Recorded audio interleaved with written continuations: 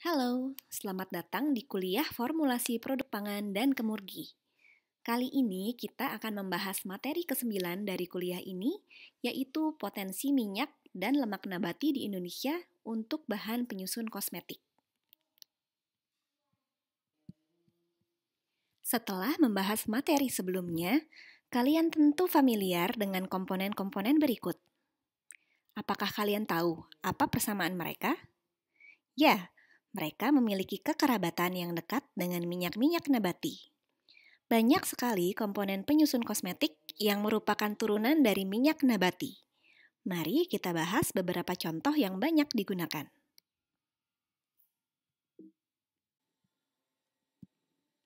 Pertama, minyak kelapa. Minyak nabati ini dapat digunakan langsung sebagai moisturizing agent dan emollient. Jenis trigliserida dalam minyak kelapa didominasi oleh trilaurin, yang terdiri dari asam lemak C12. Trilaurin lebih mudah diserap kulit dibandingkan dengan trigliserida lain yang lebih panjang. Trilaurin juga tidak menimbulkan iritasi.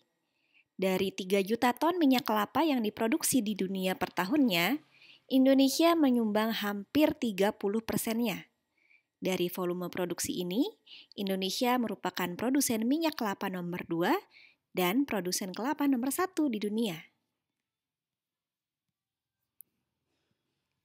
Meskipun Indonesia memproduksi minyak kelapa dalam jumlah yang sangat besar, namun industri kelapa saat ini masih didominasi oleh produk setengah jadi, seperti kopra dan crude coconut oil. Produk-produk setengah jadi ini mayoritas diekspor ke luar negeri. Padahal, minyak kelapa merupakan bahan baku dari sodium lauryl sulfat, sodium kokosulfat, amonium lauryl sulfat, dan bahan-bahan yang lain yang dibutuhkan dalam industri kosmetik. Maka, tantangan kita saat ini adalah meningkatkan nilai produk-produk minyak kelapa. Dengan demikian, kita pun bisa meningkatkan kesejahteraan para petani kelapa di dalam negeri. Berikutnya, gliserin atau gliserol. Coba lihat deh, sabun cair atau sampo yang biasa kamu gunakan. Pasti banyak di antaranya yang mengandung gliserol. Ia berfungsi sebagai moisturizing agent dan emollient. Dulunya, gliserol merupakan produk petrokimia yang mahal harganya. Namun saat ini, gliserol menjadi produk samping yang sangat banyak diproduksi seiring dengan melimpahnya produk-produk oleokimia alias turunan minyak nabati. Coba kita perhatikan pohon industri oleokimia ini. Pengolahan minyak nabati umumnya diawali reaksi hidrolisis menjadi asam lemak atau reaksi transesterifikasi menjadi ester metil asam lemak. Kedua reaksi tersebut menghasilkan gliserol sebagai produk sampingnya. Maka dapat dibayangkan dengan bergesernya minat pasar dari industri petrokimia menuju industri oleokimia, gliserol akan diproduksi melimpah dan bisa jadi tak tergunakan. Dari industri biodiesel saja, gliserol yang dihasilkan adalah 10% dari biodiesel yang diproduksi.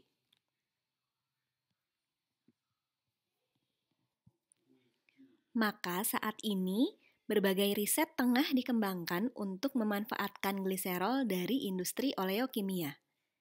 Industri kosmetik membutuhkan gliserol dengan kemurnian yang tinggi, sehingga kita memerlukan teknologi pemurnian yang baik.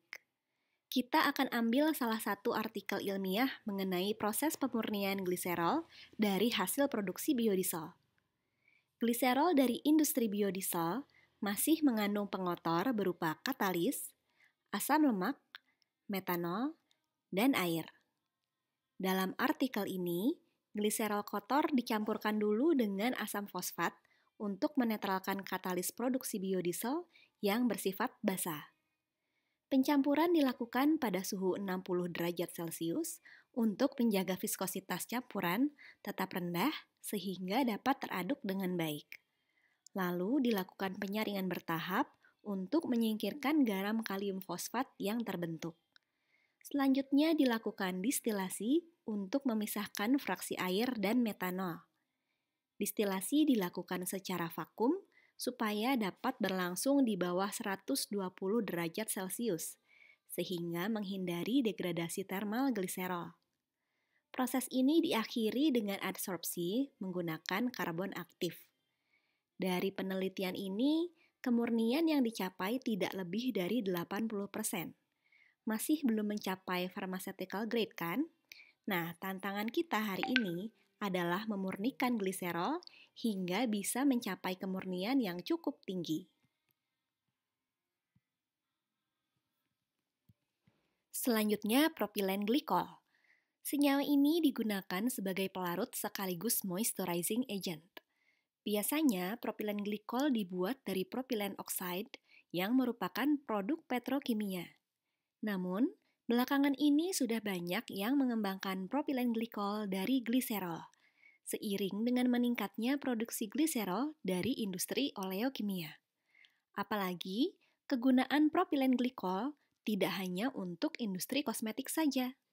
Beberapa perusahaan yang telah mengembangkan teknologi ini antara lain ADM, Ashland, Cargill, Huntsman, dan Dow Chemical.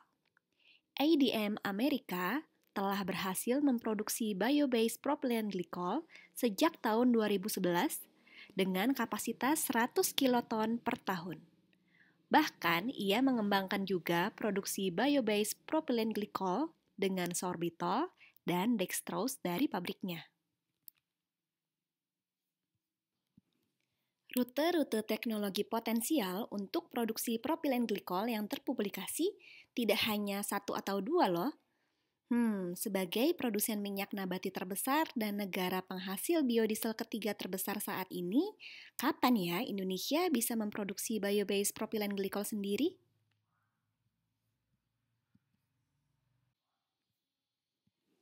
Selanjutnya, isopropil palmitat dan isopropil miristat. Kedua emolian ini pada dasarnya sudah biasa diproduksi sebagai turunan minyak nabati. Caranya adalah dengan melakukan hidrolisis trigliserida menjadi asam lemak dan gliserol pada suhu 250 derajat Celcius dan tekanan 50 bar. Kemudian asam lemak bebas yang dihasilkan dipisahkan dari gliserolnya. Lalu difraksionasi sesuai dengan panjang rantai karbon asam lemaknya. Asam lemak dengan panjang karbon 14 alias asam miristat direaksikan dengan isopropanol menjadi isopropil miristat. Asam lemak dengan panjang karbon 16 alias asam palmitat direaksikan dengan isopropanol menjadi isopropil palmitat.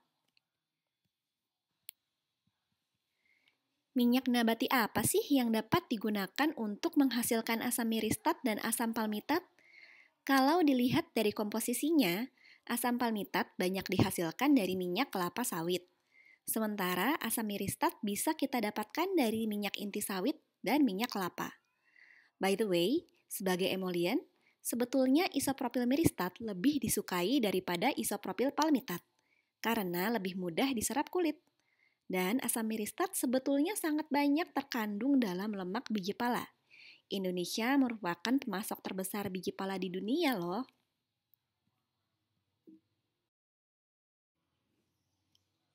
Salah satu teknologi yang potensial untuk memanfaatkan asam miristat dari biji pala adalah sebagai berikut. Lemak biji pala diekstraksi dengan menggunakan pelarut, lalu didistilasi untuk memisahkan pelarutnya. Kemudian asam lemak diambil dari lemak biji pala tersebut.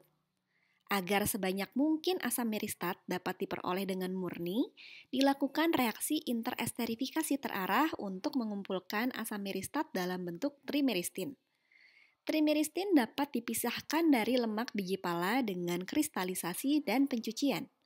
Selanjutnya baru dilakukan reaksi dengan isopropil alkohol untuk menghasilkan isopropil miristat.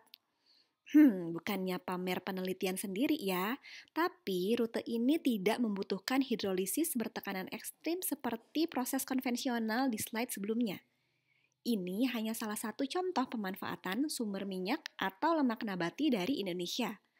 Lebih baik kan jika kita tidak hanya bergantung pada minyak kelapa sawit dan minyak kelapa saja, supaya setiap daerah bisa membuat industri kecil dengan memanfaatkan pohon-pohon sumber minyaknya sendiri.